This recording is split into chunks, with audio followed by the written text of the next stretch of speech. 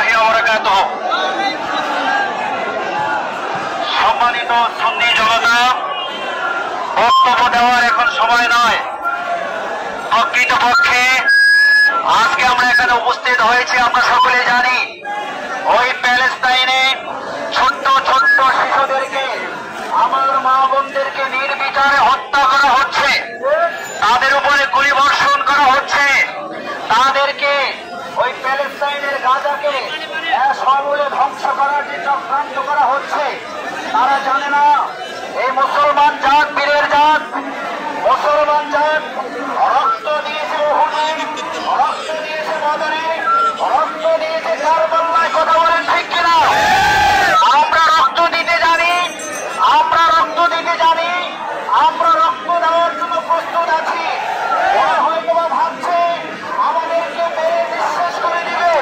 ওরা জানে না আমরা যদি আমাদেরকে যদি মেরে ফেলা হয় আমরা অবশ্যই, কথা বলে ঠিক, মরলেও আমাদের লাভ, বাঁচলেও আমাদের লাভ। কথা বলেন ঠিক কিনা?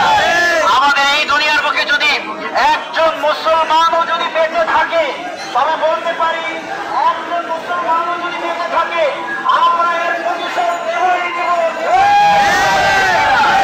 আমার ভাইরা, আমার বন্ধুরা, আজকে ভারতের আধিপত্য আমরা দেখতে পাচ্ছি।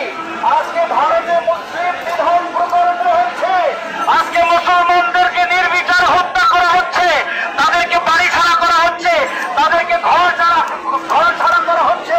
আমার ভাইরা, আমার বন্ধুরা, আমরা সেই গাজওয়ায়ে হিন্দের পূর্বাভাস পাচ্ছি। কথা বলে ঠিক কিনা?